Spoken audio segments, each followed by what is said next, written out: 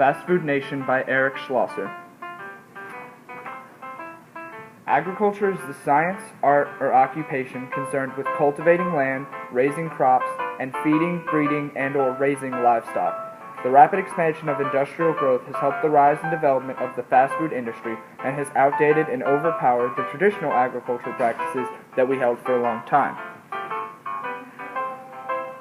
What the author pushes throughout the book is that the fast food industry has grown to such a degree that it has become a part of American culture. It's up to consumers to act as a watchdog over the industry to keep it in check.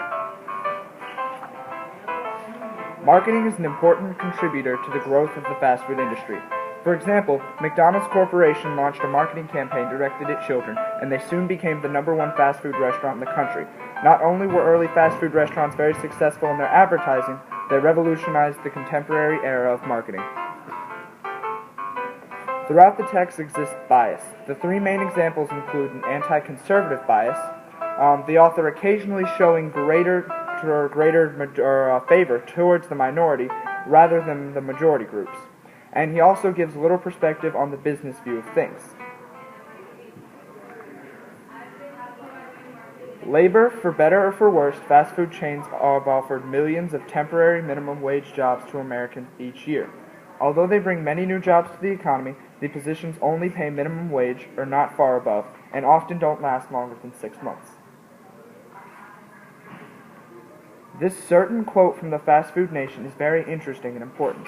It shows how much of an impact McDonald's and the fast food industry has had on children and everyone around the world. You would think that the Christian cross is more widely known than the McDonald's arches, but this is an understanding statement because a lot of foreign countries over the world have McDonald's, but belong to another religion or even an atheistic culture. They don't recognize the Christian religion.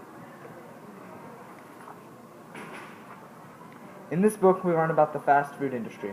As the consumption of fast food has increased, so has obesity rates and other diseases in men, women, and children. The author addresses questionable production methods of fast food industries, including overuse of antibiotics, animal cruelty, and mistreatment of undocumented migrant workers. This book provides an eye-opening look into how fast food is made and marketed in the United States. A corporation is a business organization owned by many of stockholders, each of whom enjoys limited liability. Many of the fast food businesses are run by this type of business structure, allowing the business to sell stock to the public and have a widespread business owned by many people. These types of businesses have taken over many of the food businesses and have changed or shaped our industries to fit what they need. In conclusion, Fast Food Nation was both eye-opening and informative. While the author peels back and reveals the fast food industry, he may not open the door all the way. There is bias in the text, but the author helps us make sense of who we are today, what role fast food played, and the true definition of "you are what you eat."